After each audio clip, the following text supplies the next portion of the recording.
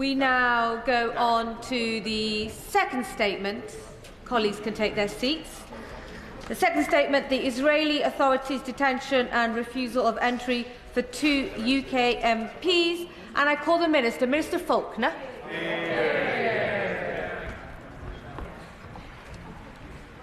Madam Deputy Speaker, over the weekend, 2 members of this House, the member for Earley and Woodley and the member for Sheffield Central, on a parliamentary delegation to Israel and the occupied Palestinian territories, were detained and refused entry by the authorities. They had both been granted entry clearance in advance of travelling to Israel. On arrival in Tel Aviv at 2:30 p.m. local time, the 2 honourable members were held in immigration for 6 hours. When I spoke to them at 8:30 p.m, they believed they were to be detained overnight without their mobile phones. While the situation was ongoing on Saturday night, the Foreign Secretary spoke to his counterpart, the Israeli Foreign Minister, and I spoke with the Deputy Foreign Minister and the Israeli Ambassador. Following that intervention, both were released from detention, but their entry was still denied. Foreign Office officials supported the 2 MPs and their staff at the airport as soon as they were alerted to the situation. After a public statement at 10 p.m. from the Israeli Immigration Authority, they were then flown back in the early hours of Sunday morning. It is my understanding that this is the first time a British MP has been barred from entering Israel. That decision appears to have been taken on the basis of comments made in this chamber. As the Foreign Secretary has made clear, and as I am sure almost every member of this House will agree, their treatment is unacceptable and it is deeply concerning. It is no way to treat democratically elected representatives of a close partner nation. We have made this clear at the highest levels in Israel. I pay tribute to the contributions that both members have made to this place since they were elected. I know they both believe in a 2-state solution. They have our support and solidarity. The Foreign Secretary and I spoke to both MPs while they were in Israel, and I met with them earlier today. They have behaved with great dignity. They were part of a delegation visiting humanitarian projects amid the appalling situation in Gaza and a dangerous and deteriorating situation in the occupied West Bank. They were going to see for themselves what is taking place in the occupied territories and to meet those directly affected by the shocking rise in settler violence. Such visits are commonplace for MPs from across this House and from all parties. Indeed, I'm told that more than 161 members of Parliament have conducted such visits. They enrich the knowledge and experience of us as legislators and representatives. They create connections with countries, political counterparts, and civil society. Indeed, I note that both organisations, Medical Aid for Palestinians and the Council on Arab-British Understanding, have supported visits involving members from all the main political parties, including the benches opposite. All members should therefore be worried by what this decision means and the precedent it sets. So our message to the Israeli government is not just that this is wrong, it is that it is counterproductive. We have warned them that the actions like this only damage the image of the Israeli government in the eyes of honourable members across the House. Mr. Speaker, amid this unnecessary and unwelcome decision, the bloodshed continues in Gaza. The hostages are still held by Hamas. Essential aid is still blocked by Israel, and yet more innocent Palestinians are suffering. The killing of 15 paramedics and rescue workers in Rafah on March the 23rd was one of the deadliest attacks on humanitarian staff since the war began. Madam Deputy Speaker, these deaths are an outrage, and we must see this incident investigated transparently and those responsible held to account. Our thoughts remain with the victims and their families. We will not go quiet in our calls for the violence to stop, in our demands for humanitarian workers and civilians to be protected. We urge all parties to return to ceasefire negotiations. It is clear that this conflict cannot be won by bombs and bullets, but by diplomacy. A ceasefire is the only way we will bring this conflict to an end and return to negotiations for a lasting peace in the region. This is the only way we can end the needless loss of humanitarian workers striving to alleviate suffering. And it is the only pathway towards a two-state solution that we all want to see, where Israelis and Palestinians can live in peace and security. I know honourable members across this House will continue to work towards that goal. Madam Deputy Speaker, I commend the statement to the House. I call the Shadow Minister, Wendy Morton. Thank you, Madam Deputy Speaker, and I'm grateful to the Minister for advance sight of his statement today. I think it's important that we put this all within the context of Britain's relationship with Israel. Israel is a key security and defence partner for the United Kingdom, and it is the only democracy in the Middle East. Their security matters and helps to keep us safe, including dealing with threats that undermine our interests. When Conservatives were in government, we were able to have candid and honest conversations with the government of Israel on all issues because of the mutual trust and respect in our relations. It is only by maintaining that trust and respect that Britain can bring influence to bear on issues that really matter for peace and security in the Middle East, and indeed for us too, including on the course of this terrible conflict, and ultimately on finding a sustainable end to the conflict, which is what we all want to see. This is more relevant than ever because of the current situation with the 59 hostages that are still being held. It is not in Britain's interest, nor is it in the interests of peace in the region, if there are tense and difficult relations with Israel that would undermine our influence. Madam Deputy Speaker, the Minister will be aware of his own FCDO advice on entry to Israel, but for the benefit of the House, it states, the Israeli authorities decide if you can enter Israel. Some visitors may face longer searches and questioning, including those who are considered to have publicly criticised the State of Israel. Does the Minister accept that British nationals visiting Israel, a country that is at war, should be aware of those requirements and consider them carefully before making decisions to travel, and that they therefore travel to Israel at their own risk?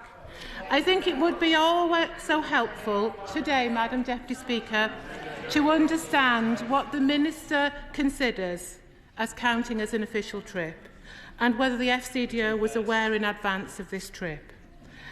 As MPs, as Members of Parliament, we do not have diplomatic immunity. So, what would the FCDO do? And this is really important, Madam Deputy Speaker. What would the FCDO do if MPs are allowed entry and then arrested? Moreover, who were the aides that accompanied the delegation and who also returned to the UK? Order. We have to be able to hear the Shadow Minister. We have to ensure that I understand emotions are high. We have to make sure that we temper the debate. So, Shadow Minister. Thank you, Madam Deputy Speaker, and I think it is important and right that we do ask some questions. But I'd like to also take this opportunity, therefore, to ask the Minister to update the House on the UK Government's latest engagement with key interlocutors on efforts to find a way through the current extremely difficult moment in the conflict. Madam Deputy Speaker, there are chunterings from the benches, but they will have the opportunity, I'm sure, to ask the Minister questions themselves. As we have said before... That is for the Chair to decide. Please continue. As we have said before, Britain needs to be a proactive player and help drive things to a better destination with practical solutions. So, is any progress being made, including on the central issue of the hostages, who have been held in such cruel captivity by Iranian-backed Hamas terrorists since the atrocities of October the 7th? The return of the hostages to their loved ones by Hamas remains the key to a sustainable end to this awful conflict. And we have in our thoughts today and every day the brave families of the hostages, for whom this is an unimaginably painful time. Madam Deputy Speaker, on the deaths of the 15 emergency workers last month, has the Minister or the Foreign Secretary had official discussions with Israeli counterparts in recent days on their investigations? And what does he make of Israel's latest assessment?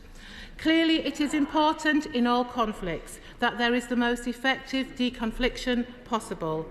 And again, as I say, we want to see a sustainable end to this conflict.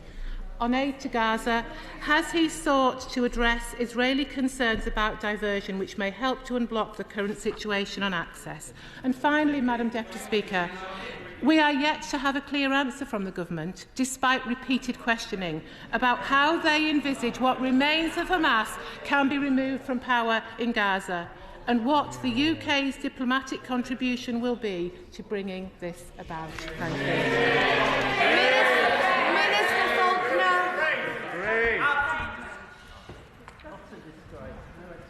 Madam Deputy Speaker, I'd hoped that the Honourable Lady might come to the dispatch box in order to withdraw the comments of the Leader of the Opposition.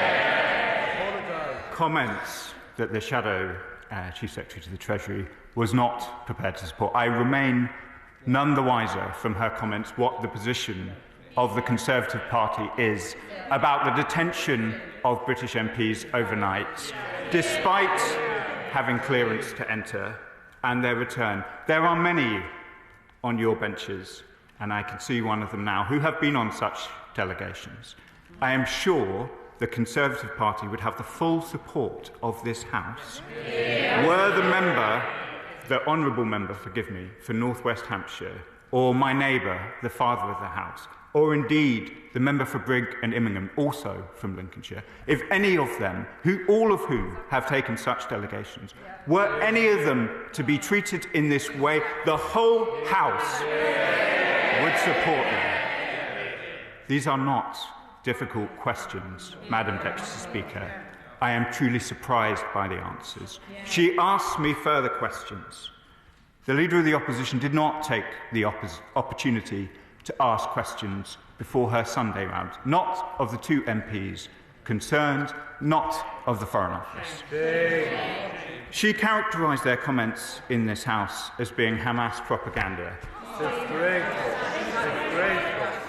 She can make what political characterisation of backbench MPs that she likes, but she seemed to allude that the reason for their removal was that they were not going to comply with Israeli laws. Let me be clear, Madam Deputy Speaker. It is clearly... Would you like me to read her comments? Yes. Minister, the term "you" isn't appropriate, please. Forgive me, Madam Deputy Speaker. Read it. Read it. The Leader of the Opposition said on Sunday, if you look at the reasons why the Israeli government has given for why they're not letting them in, they don't believe that they're going to comply with their laws. The reason for the denial given in writing by the Israeli government to the two MPs were for the prevention of illegal immigration considerations. The Leader of the Opposition should apologise. Abtisam Mohamed.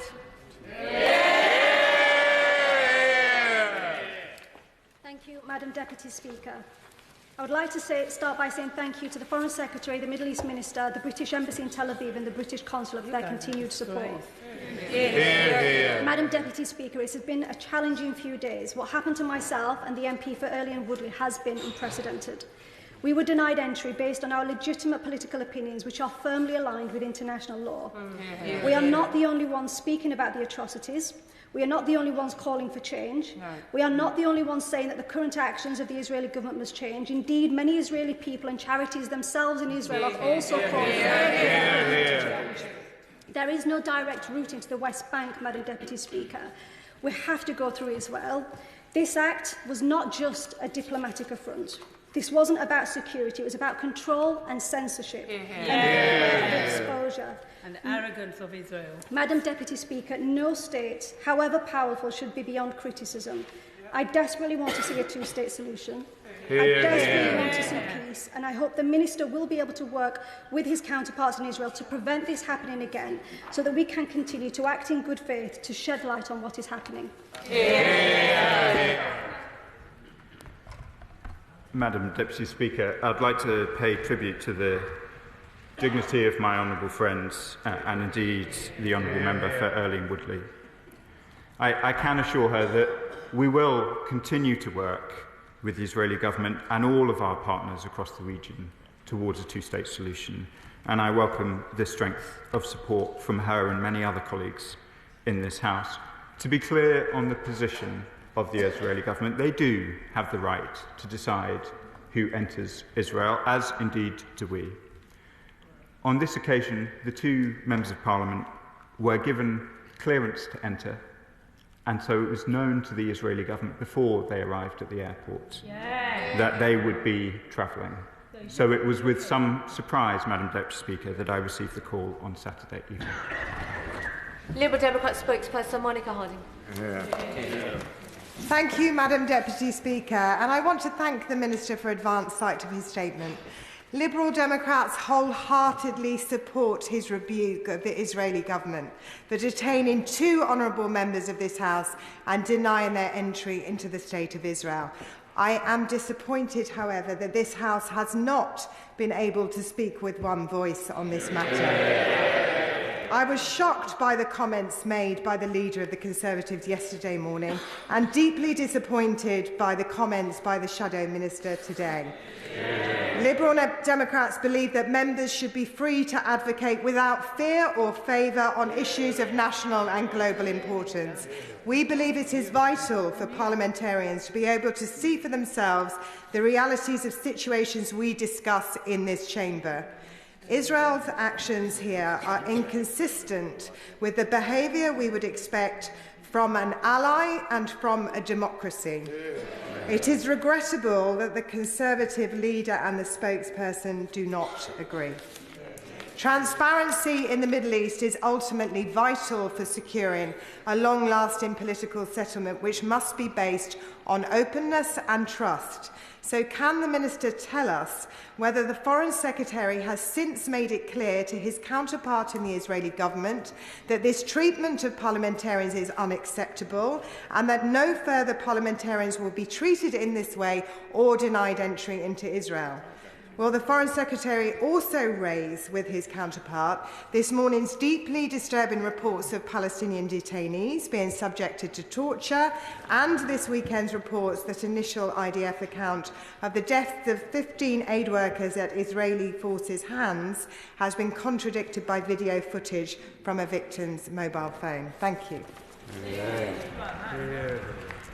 Madam Deputy Speaker, I can confirm to the Liberal Democrat spokesperson that the Israeli government are in no doubt about our views on this incident and that discussions continue. She references a number of concerning reports that have emerged in recent days. I was in this House last Wednesday to discuss some of those in detail, and in relation to the wider position in Israel and the occupied Palestinian territories, I'm sure we will continue to have these discussions about what remains a deeply concerning situation. Yuan Yang.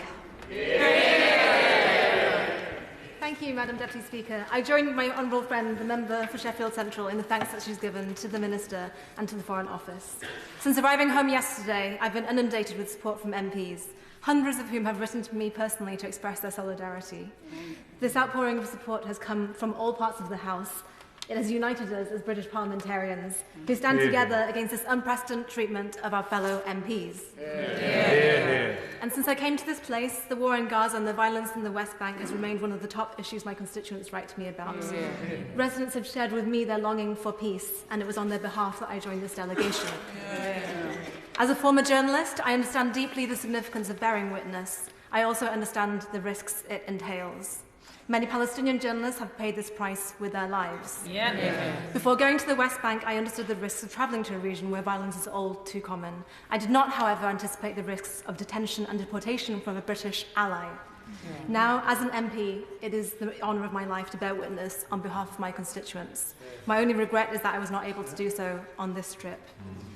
So far in this Parliament, the conflict in Gaza has been referenced over 1,000 times by British MPs, and I have made 5 of those references in this chamber. If my experience has proved anything, it is that what we say in this chamber matters, and I'll encourage other MPs to continue speaking on this issue. People around the world are listening to us. Our voice is powerful, and we must continue to use it without fear or favour. And that is why I asked the Minister, what can he do to ensure that future delegations going to the West Bank, including those who are about to depart this weekend, can do so without having to censor the remarks in Parliament?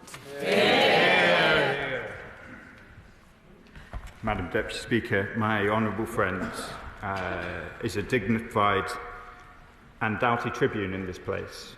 And I know that all members in this House will continue to speak without fear and favour from these benches, and I would encourage them to do so.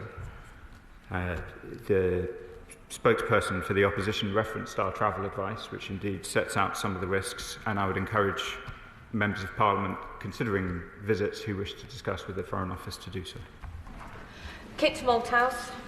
Madam Deputy Speaker, I'm grateful to you. This is obviously a deeply alarming development, also coming off the back, as it does, of the proposed financial penalties that are going to be on foreign NGOs operational in the occupied Palestinian territories, who also bear witness to what is going on there. 2 things, though, I wondered if the Minister could enlighten us. It would be helpful for parliamentarians if, in his discussions with the Israeli government, he could ask them for a comprehensive list of MPs who will not be permitted to travel to Israel here on in, so we can get a sense of the scale of their objection to what we say in this House. And secondly, will the government still be entertaining high-level military delegations from Israel in its own premises? Minister. I thank the honourable member for his question. On his second point, we will keep these matters under review on a case-by-case basis.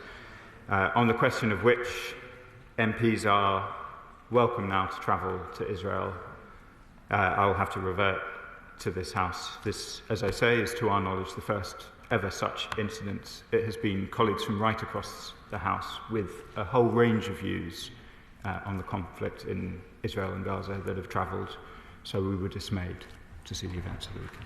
Foreign Affairs Select Committee Chair Emily Thornberry. Thank you very much, Madam Deputy Speaker. As I look around this chamber, I'm so proud to see so many people who have come out on both sides in order to support our sister parliamentarians. And I am simply just so disappointed to not be able to include the front bench of Her Majesty's opposition. But our fury at this insult to our Parliament, but also to our country, is only tempered by the fact that we must not forget why it was that these young women were going to Israel, because they wanted to bear witness to what is going on the West Bank and in East Jerusalem. They were going to meet generations of family who were living in supposed temporary refugee camps, who've been there for decades and still waiting on the promise of a Palestinian state. They were there in order to see aid workers and charities whose organisations are at threat of 80% tax and threatening their very existence as life-saving work.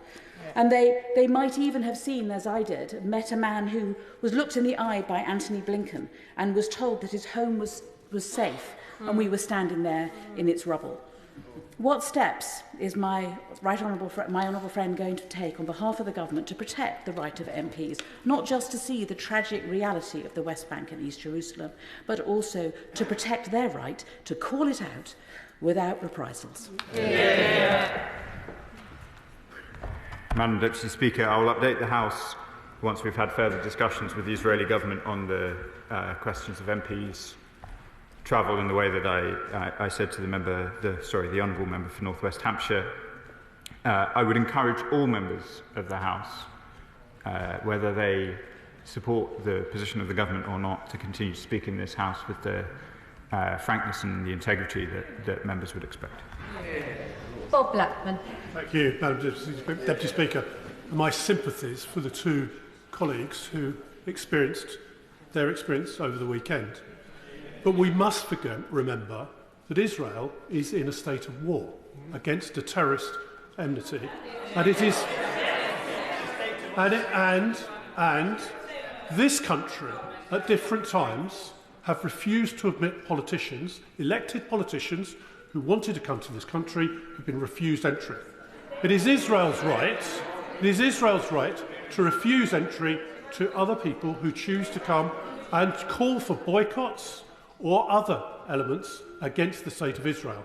And therefore, colleagues need to be aware that if they wish to visit Israel, be clear what the Foreign Office advice is, and by the way, the travel insurance advice, that if you do not follow the Foreign and Commonwealth Office advice, then you are not insured.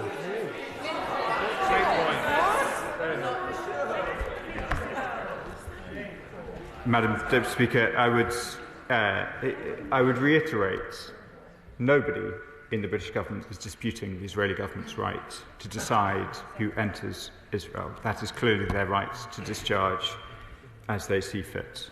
What was surprising, in particular, about this incident was not just its novelty, it being the first time that we are aware of that MPs have been stopped, but that they had entry clearance already. Yeah. They were permitted to travel to the airport. Kumaran.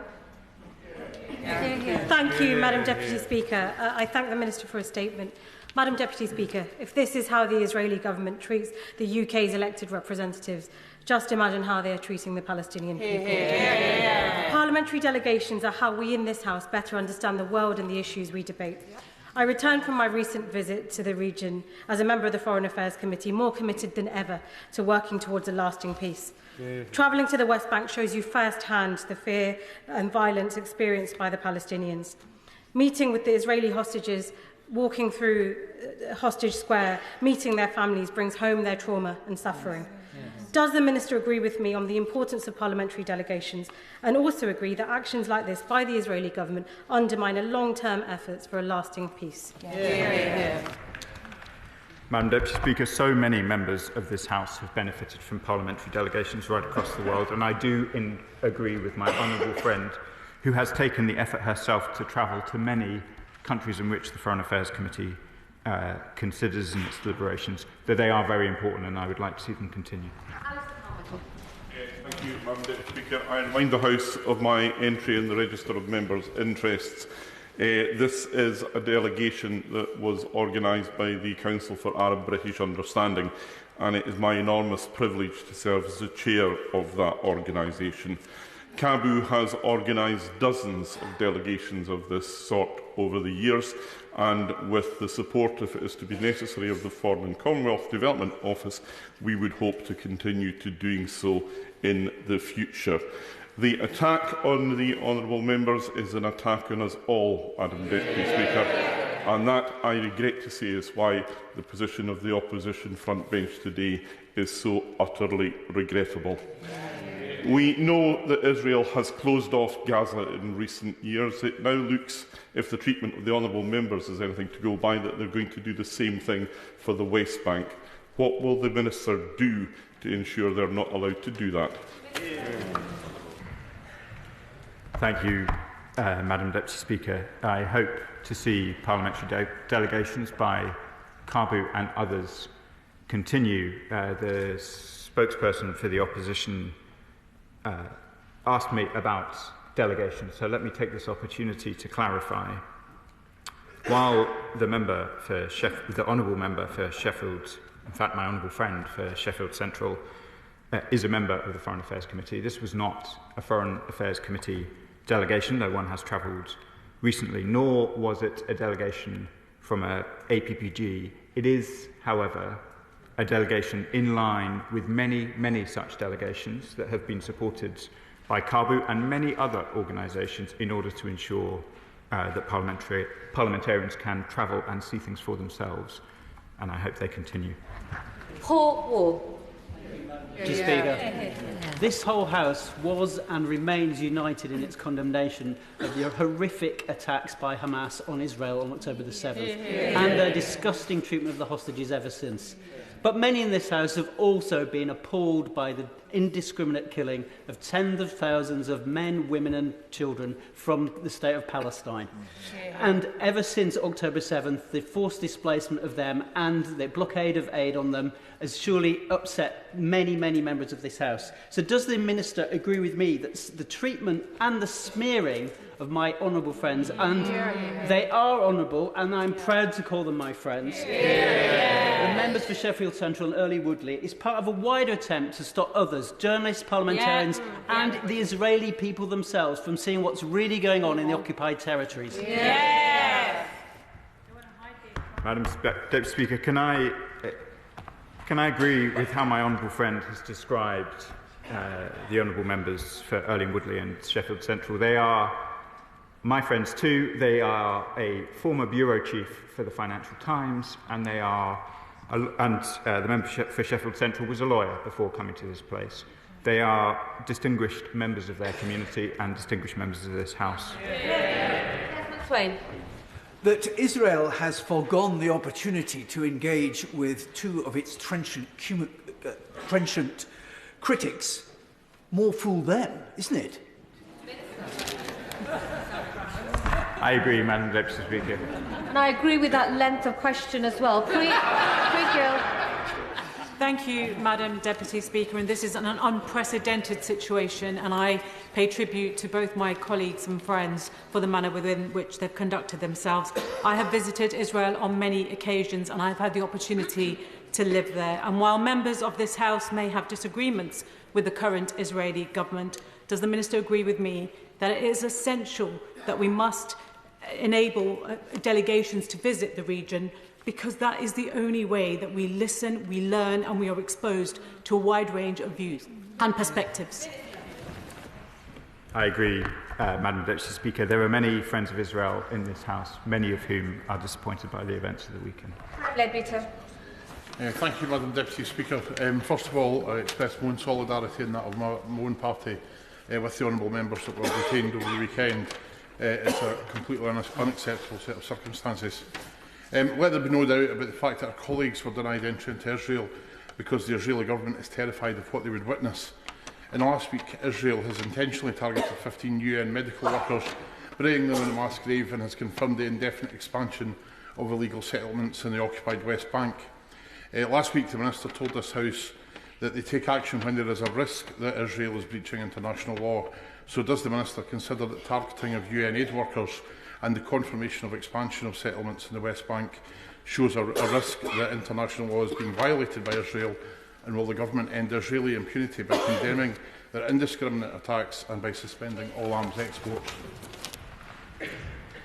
Madam Deputy Speaker, we went through many of these issues in some detail last Wednesday, and I'm sure I'll return to this House to do so again. My position remains as it was on Wednesday.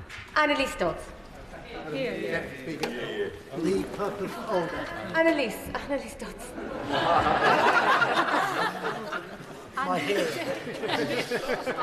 Thank you, Madam Deputy Speaker.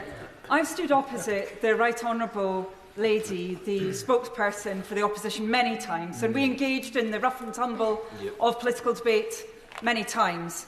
It is not part of the rough and tumble of political debate to seek to justify the detention and deportation of fellow members.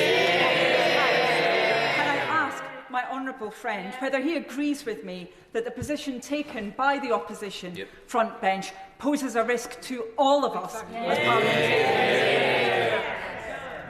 Madam Deputy Speaker, my right honourable friend speaks with force, and I do condemn the position taken by the opposition benches. We just heard from a fairly trenchant advocate for free speech. I thought that was the position of the Conservative Party. Dr. Andrew Morrison. Madam Deputy Speaker, like many colleagues, I visited Israel and the West Bank and Gaza, facilitated by the Israeli government and the Palestinian Authority, and benefited greatly from those visits. And I hope that going forward, both the Palestinian Authority and the Israeli government will facilitate visits by parliamentarians. But does he think it was wise for the Foreign Secretary, in his remarks on ex-Twitter, to try to conflate China and Israel?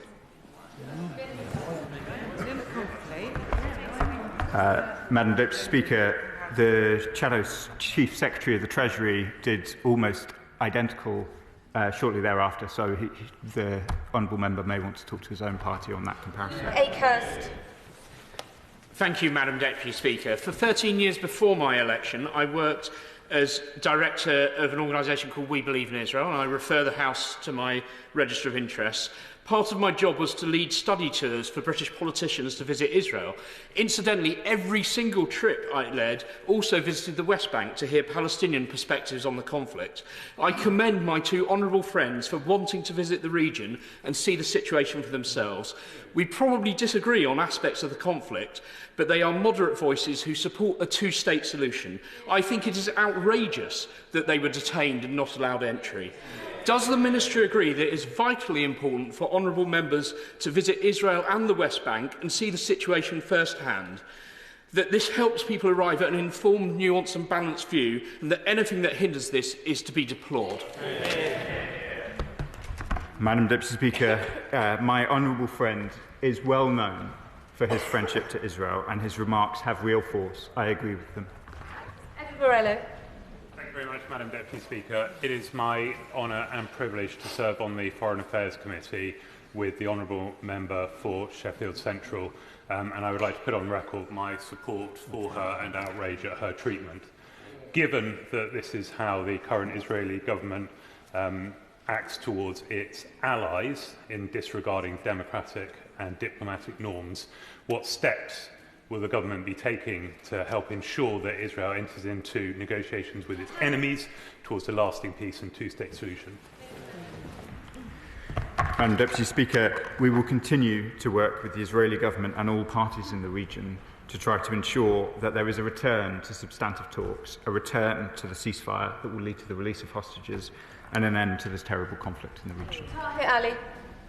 Madam Deputy Speaker, I would like to ask the Minister, I've heard the statement in detail, but what are the specific actions that this government will be taking against the Israeli government for doing what they did to two of our colleagues?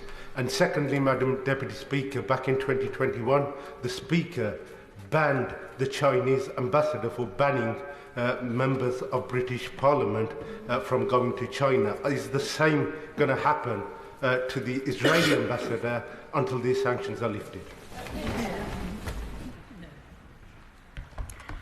Madam Deputy Speaker, we consider the actions of the Israeli government not just regrettable, but counterproductive for the reasons that members on the opposite benches have said.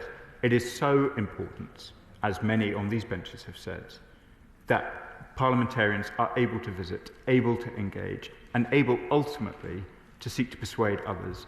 It is deeply regrettable, it's unacceptable, and we have made that clear at the very highest level to the Israeli government. Corbyn. Thank you, Madam Deputy Speaker. Could I take this opportunity to thank the Minister for supporting the members for Earley and Woodley and Sheffield Central, and any other member attempting to make the same journey in order to acquaint themselves with the situation. Could he bring us up to date on what's happening over arms supplies and weapons to Israel? Can he assure the House that they will suspend the sale of parts that make up the F-35 jets that are being used to bomb and strafe Gaza and kill so many people and destroy by targeting schools and hospitals?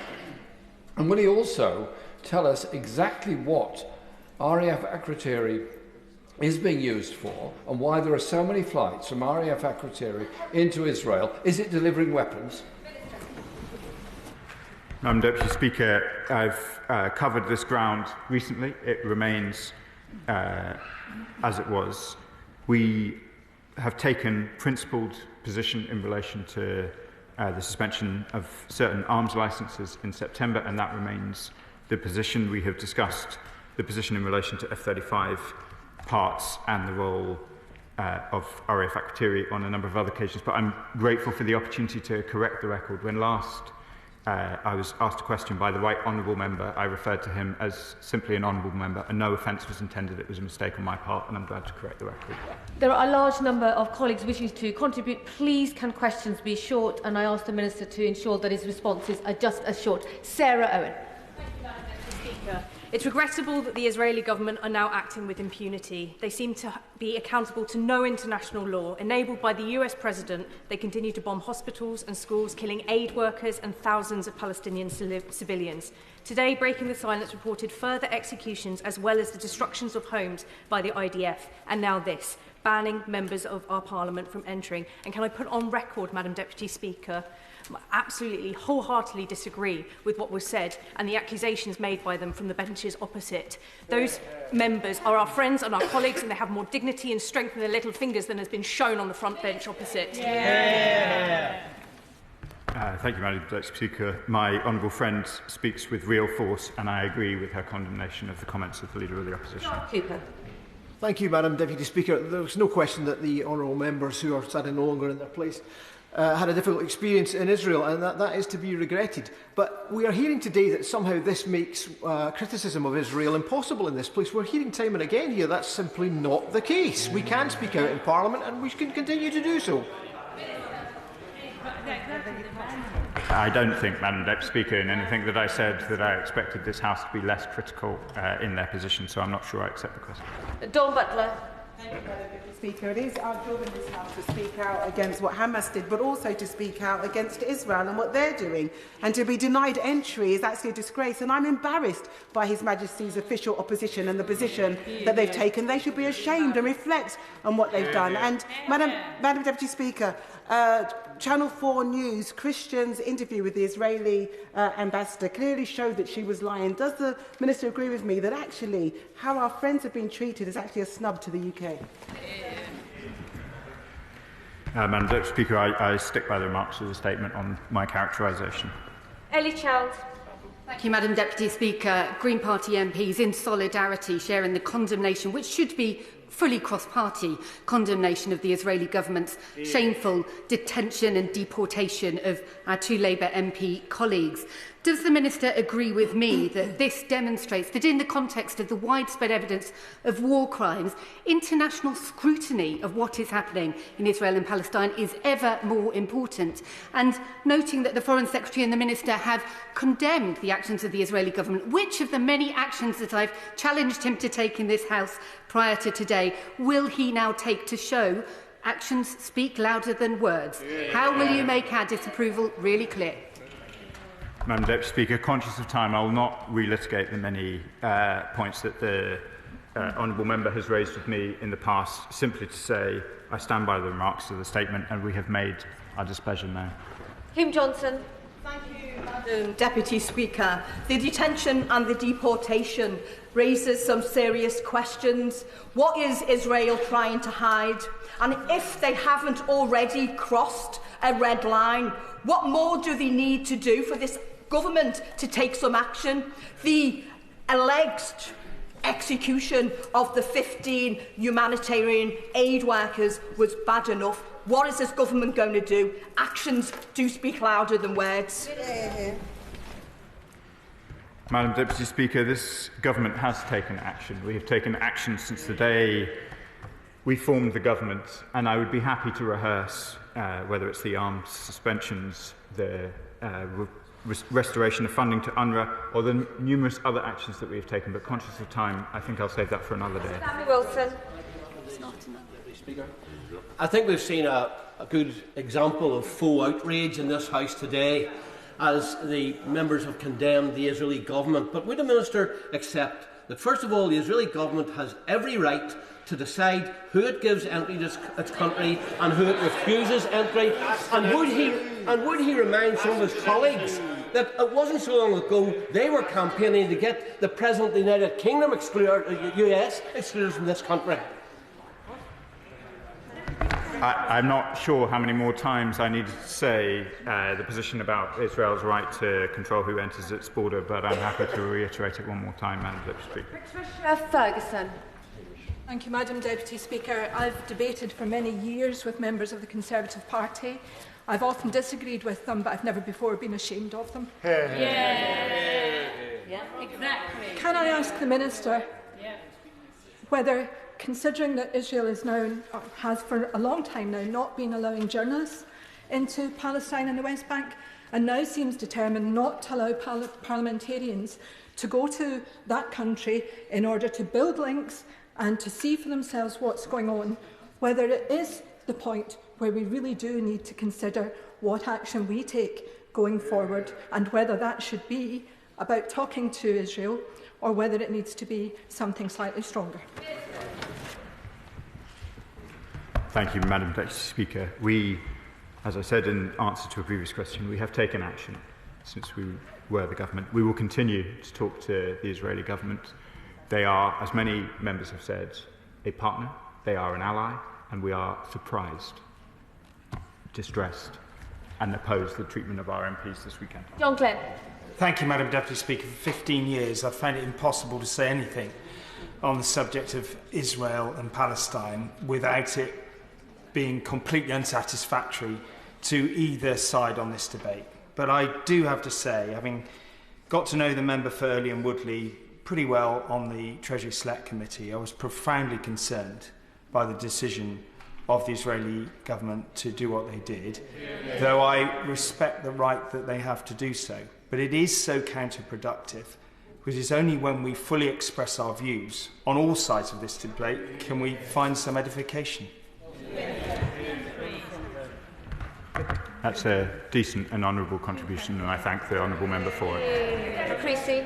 Thank you, Madam Deputy Speaker. Colleagues who are elected after 2024 may not know that in 2022, 287 of us parliamentarians were banned from entering Russia over our views about the Ukrainian crisis, including not just myself and the member for the New Forest, but indeed the member for North West Essex, the leader of the opposition. At that time, the House stood as one, standing up to that intimidation. Today, from the opposition, we get a dog whistle so loud about our colleagues who did nothing wrong apart from wanting to go and see for themselves what was going on. It could be heard on the moon. What a disgrace. Will the Minister agree with me that this government will always defend free speech? And defending free speech means defending the ability of people to go and talk about things they may not want to talk about. As I've said, Madam Deputy Speaker, these parliamentary delegations are very valuable, and I want to see them continue. Vicky Slade. Madam Deputy Speaker, many of us have raised serious concerns about the actions of the Israeli government, and replies have rarely gone as far as most of us would want. I'm deeply concerned this may be a tactic now being used by the State of Israel to curtail ministers from condemning Israel more strongly. What assurance can we have from the Minister that he will not be cowed by what's happened to his colleagues? Minister. Madam Deputy Speaker, I will not be cowed by what has happened to my colleagues. Andy Slaughter, the real one this time. Very much. I visited the occupied Palestinian territories a number of times, including Gaza in years gone by. One of the purposes is to bear witness to what's happening on the ground. That's particularly important when aid workers, when medics now, when journalists, with civilians are being killed in great numbers. So while appreciating the Minister's support for our colleagues, what is the government going to do to ensure that in future members of this House can visit with impunity? Madam Deputy Speaker, it is the right of the Israeli government to decide who visits. They can exercise that right as they see fit. I'm sure they will hear from right across the whole House the desire of this House to continue to visit, which continues to provide a valuable function. Israel and Britain have a long relationship, both Parliament to Parliament, society to society, people to people, and I want to see that continue. Mohamed. Thank you, Madam Deputy Speaker. I thank the Minister for his statement, and I would like to put on record mine and my colleagues' solidarity with our friends and honourable members of Sheffield Central and Earley and Woodley. What are the UK government's precise red lines that, when crossed by Israel, will trigger a full arms embargo and comprehensive economic sanctions against Israel? And furthermore, when will the government publicly articulate and enforce these red lines to ensure accountability and uphold international law. Well said. Madam Deputy Speaker, I've talked about the importance of international humanitarian law, as has the Foreign Secretary and many other ministers of this government at this dispatch box in some length. Conscious of time, I'll refer him to my answers last Wednesday. Dr. Ahmed. Thank you, Madam Deputy Speaker. Can I thank my honourable friend, the Minister, for all the help that you gave to my colleagues, honourable members, for Earley and Woodley and for Sheffield Central over the weekend. The British Jewish organisation Yashad has suggested that this occurrence of detention is symptomatic of an attempt to silence criticism within Israel and outside. Is my honourable friend sympathetic to this view? And if he is a business-as-usual diplomatic relationship with this current Israeli government still possible?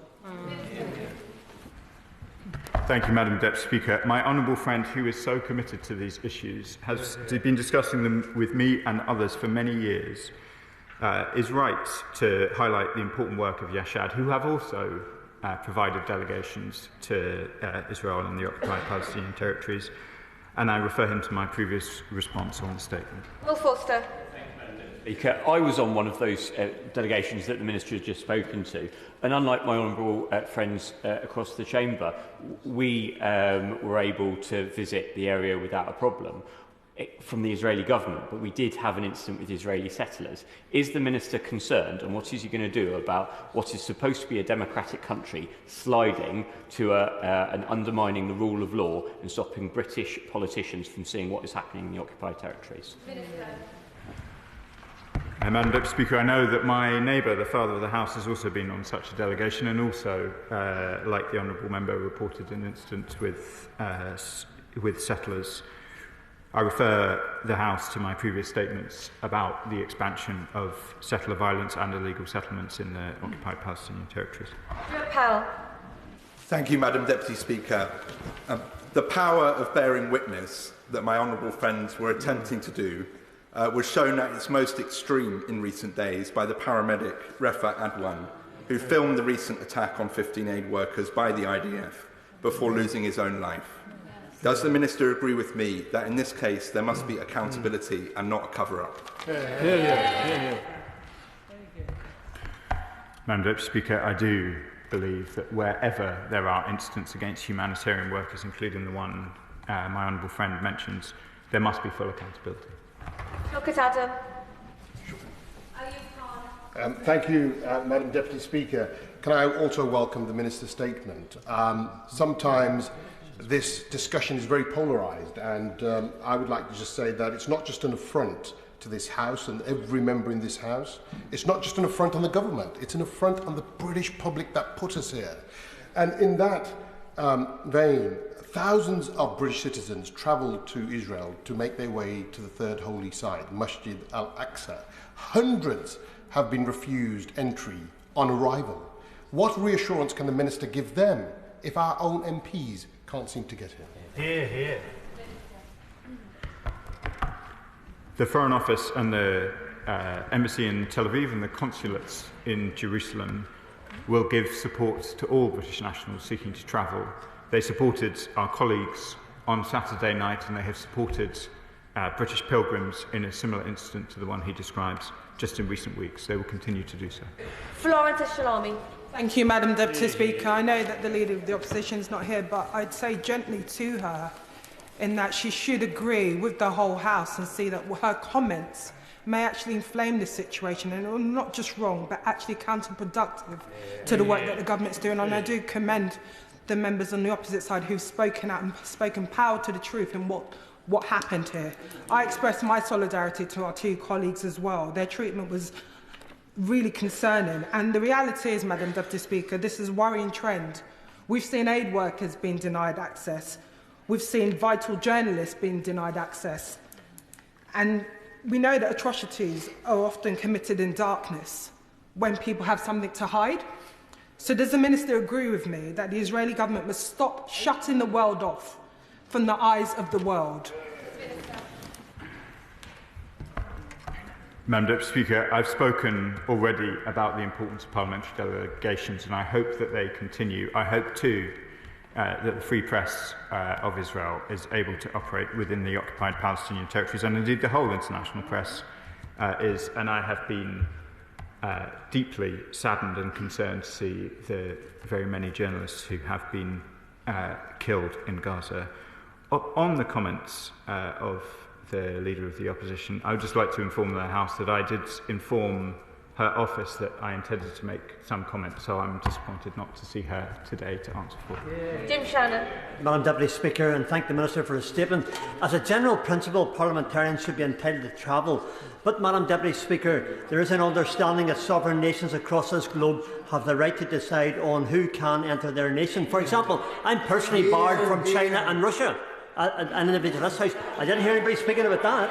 Does the Minister not agree that sovereign nations have a right to prevent entry should they believe this will have an adverse impact, and that we as our own nation should support other nations in their right to make their own rules for what they believe to be for their benefit? Sovereign right for each nation.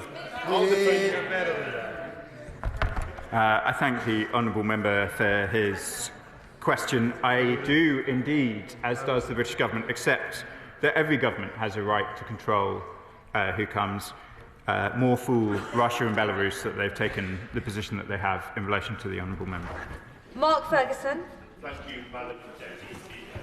Does the Minister agree with me that the counterproductive and concerning actions in this regard with the Israeli government and the contemptible response from the front bench of the party opposite have one thing in common: neither will command the support of the British people? Yeah. I thank my honourable friend for the question, and I do agree. The public expect that MPs will go see for themselves, and this was an important delegation, and I'm sure the constituents of my two colleagues would have welcomed the fact that they were taking the time and the effort to try and ensure that they had the best possible understanding of a situation which I know so many constituents feel so strongly about. Helen Hayes. Deputy Speaker, I've had the privilege of visiting with two delegations to the occupied Palestinian territories, one with Kabu and with MAP, and the other with Yachad. On those visits, we met with people working in schools and hospitals, in clinics. We saw the operation of the Israeli military courts. We met with Palestinians whose villages had been recently destroyed by settlers. And on the last visit, we met with Israelis who had lost loved ones on the 7th of October. Those visits enrich our understanding. They ensure that our debate in this place is informed not only by what we think we know, but by the lived experience, by having looked people in the eye whose day-to-day reality is the issues we discuss in this place. Can the Minister give assurances to this House that he will continue to seek a commitment from the Israeli government that such delegations will not be prevented in the future? Madam Deputy Speaker, I hope such delegations will continue in the future, and I'll talk to the Israeli government to that effect. Yasmin Qureshi. Thank you, Madam Deputy Speaker. Can I put on record my thanks to the Minister and the Foreign Secretary for the support they've given to our two colleagues who have, since they've been elected, have spoken very bravely on many issues, including what's happening in Palestine. And can I just remind the House that Israel is an occupying power of Gaza as well as West Bank. And over the years, they have consistently not allowed people into Gaza. And we know now what they've been doing to it. And now, in relation to West Bank, we see again what they're doing to it. And it seems as if really what Israel wants to do is hide their atrocities. Madam Deputy Speaker, the British Government does consider the West Bank and the Gaza Strip as occupied Palestinian territories. Josh Fenton-Glynn. Thank you, Madam Deputy Speaker. The Israeli government's justification for this action seems to have been a statement made by my honourable friends against their government's policies in this House.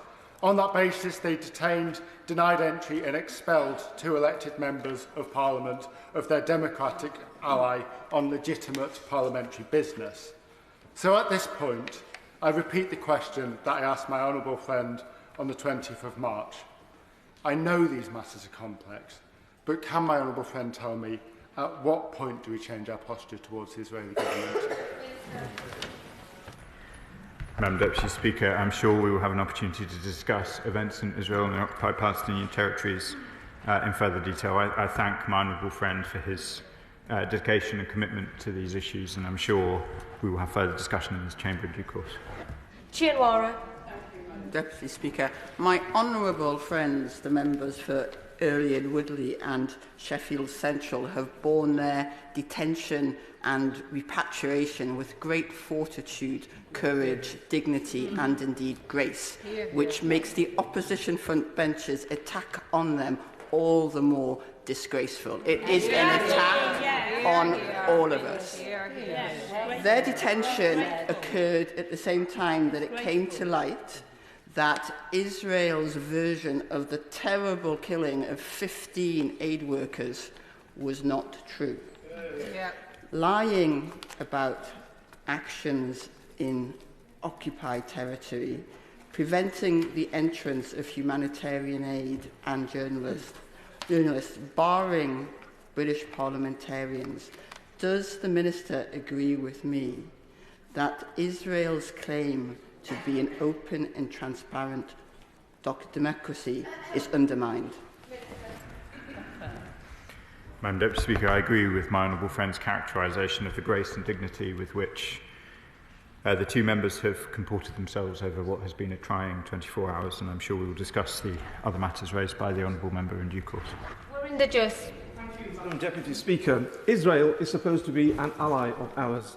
Does the Minister agree that their treatment of our honourable friends is not only an affront, but a further indication of Israeli government's desire to show no transparency for their actions and to not respect human rights? Madam Deputy Speaker, Israel remains an open society with a vibrant press who were reporting on this incident as it happens. I hope that this proves to be an aberration and that members of this House will be able to go back to travelling to Israel with no thought of detention or being returned. Addy. Madam Deputy Speaker. To me, the most important thing about our country is not our flags or even our institutions, but our people. And our people, the elected representatives of thousands of British people, have been treated with contempt. Madam Deputy Speaker, it was my understanding that we are Britain and you do not do this to us.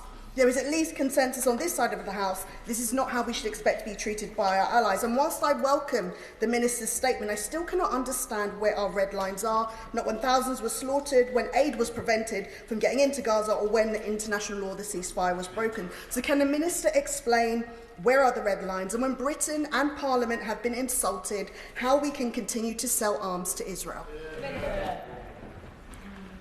I've talked about the position in relation to arms sales, and I won't rehearse the arguments that were heard in this chamber so recently.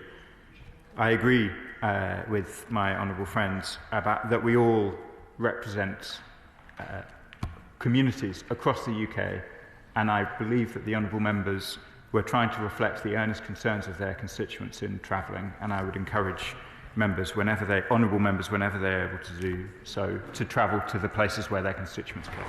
Thank you, Madam Deputy Speaker. I thank the Minister for his statement, and I join with him and fellow members from most of this chamber, though sadly not all of it, in fully supporting our two honourable friends and the shocking treatment they have faced.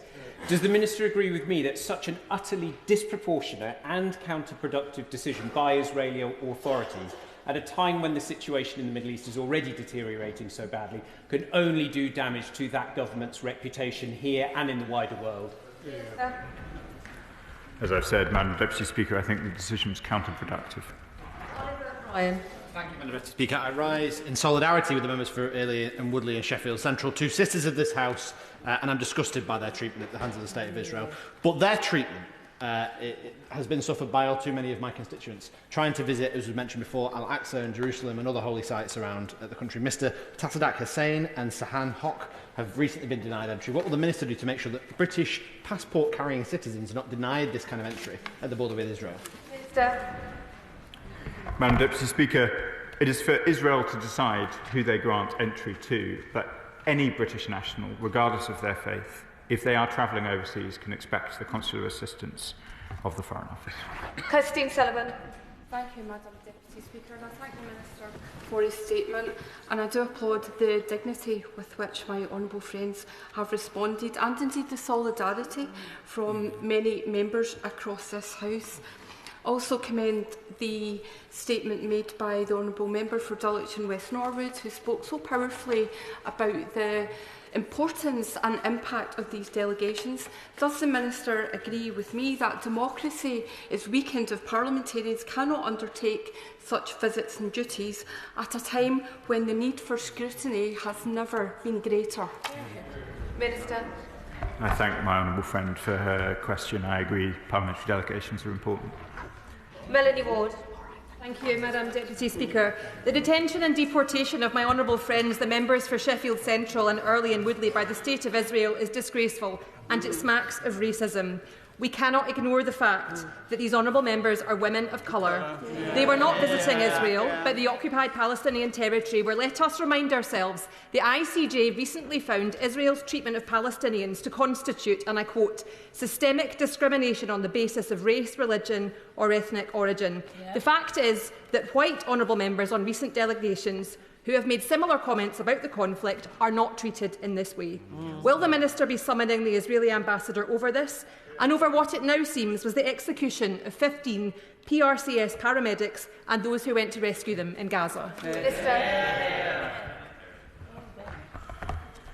I have told the House, Madam Deputy Speaker, the stated basis that the two honourable members were given for their refusal.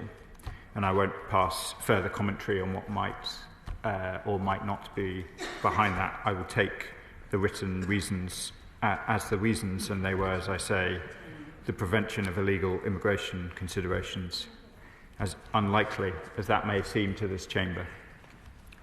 On the question of the deeply concerning reports about further deaths of humanitarian workers, this House has heard from the government on a number of occasions our condemnation of the lack of a deconfliction mechanism to ensure the vital life of humanitarian workers who conduct essential work. Sarah Smith. I echo the comments by my friend, the Honourable Member for Kirkcaldy. I found it deeply troubling that the members that were detained and deported at the weekend are not white. Will the Minister express his concerns in the strongest terms about these events in any future government discussions on peace and trade? Minister.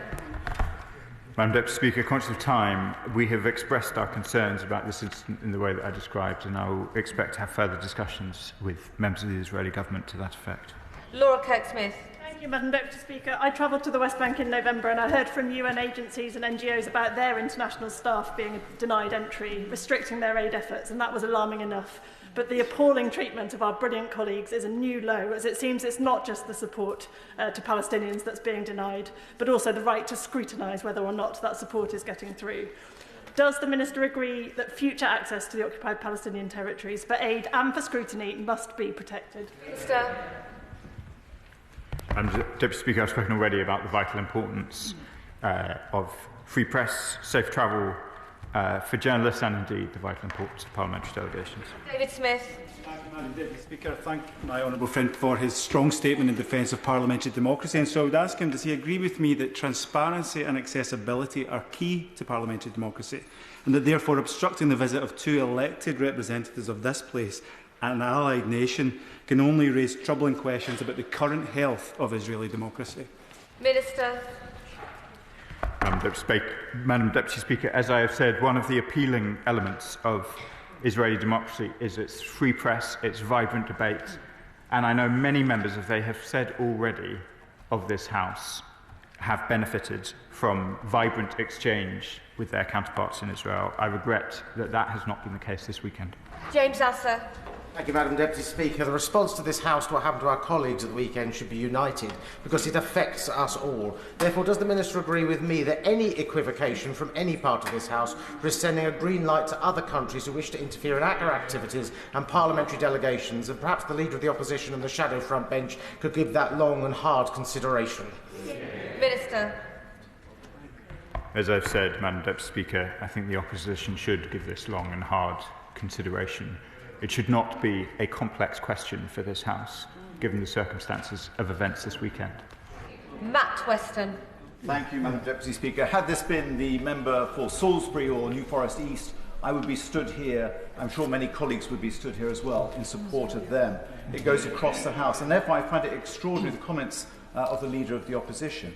And of course, we mustn't forget that those two members, our honourable friends, were granted visas to enter into the country by an ally.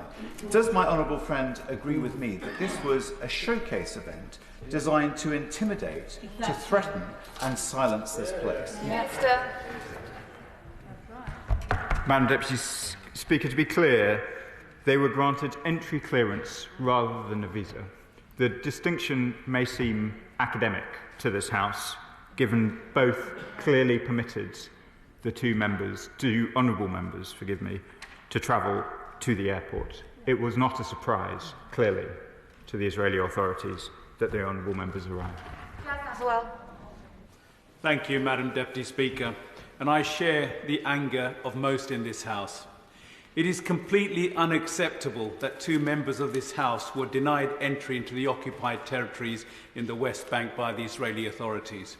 Does the Minister agree that now, more than ever, is the time to be united and show solidarity across the House with our parliamentarians whose only mistake was to do their jobs by representing their constituents without fear and favour in this House to hold Israel accountable for its actions? Thank you.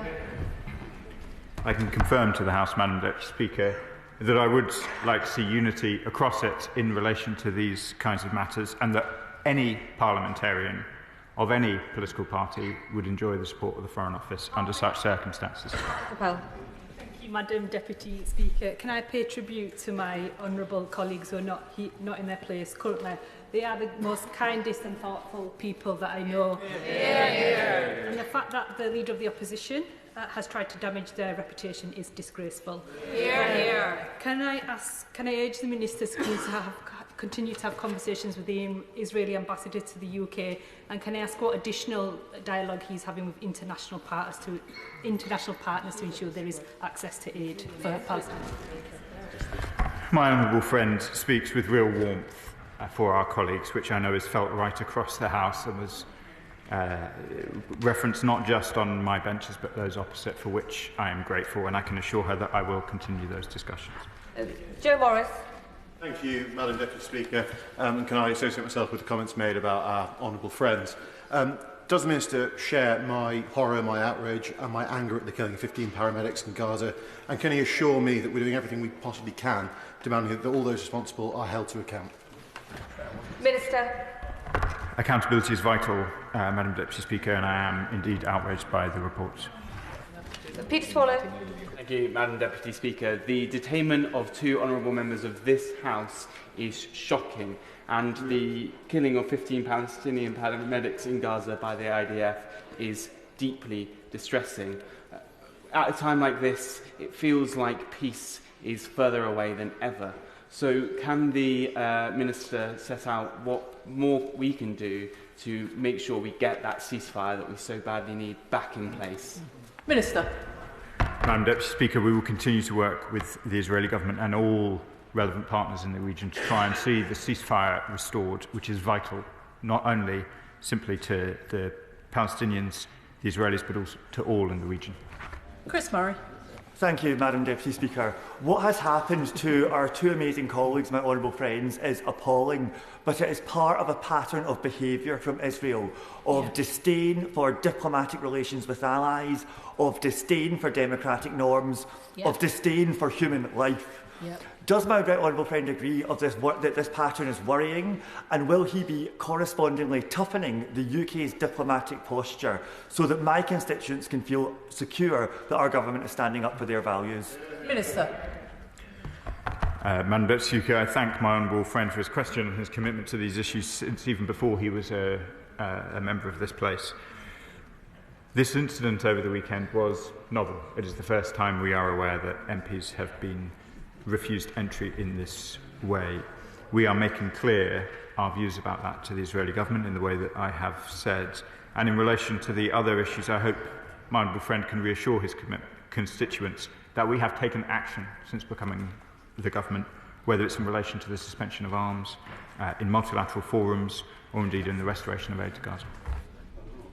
Andrew Peggs. Thank you, Madam Deputy Speaker. And can I put on record my comments alongside everyone else in this House about our two honourable members, apart from the front bench opposite, who I don't think said any words about our two friends at all in their commentary.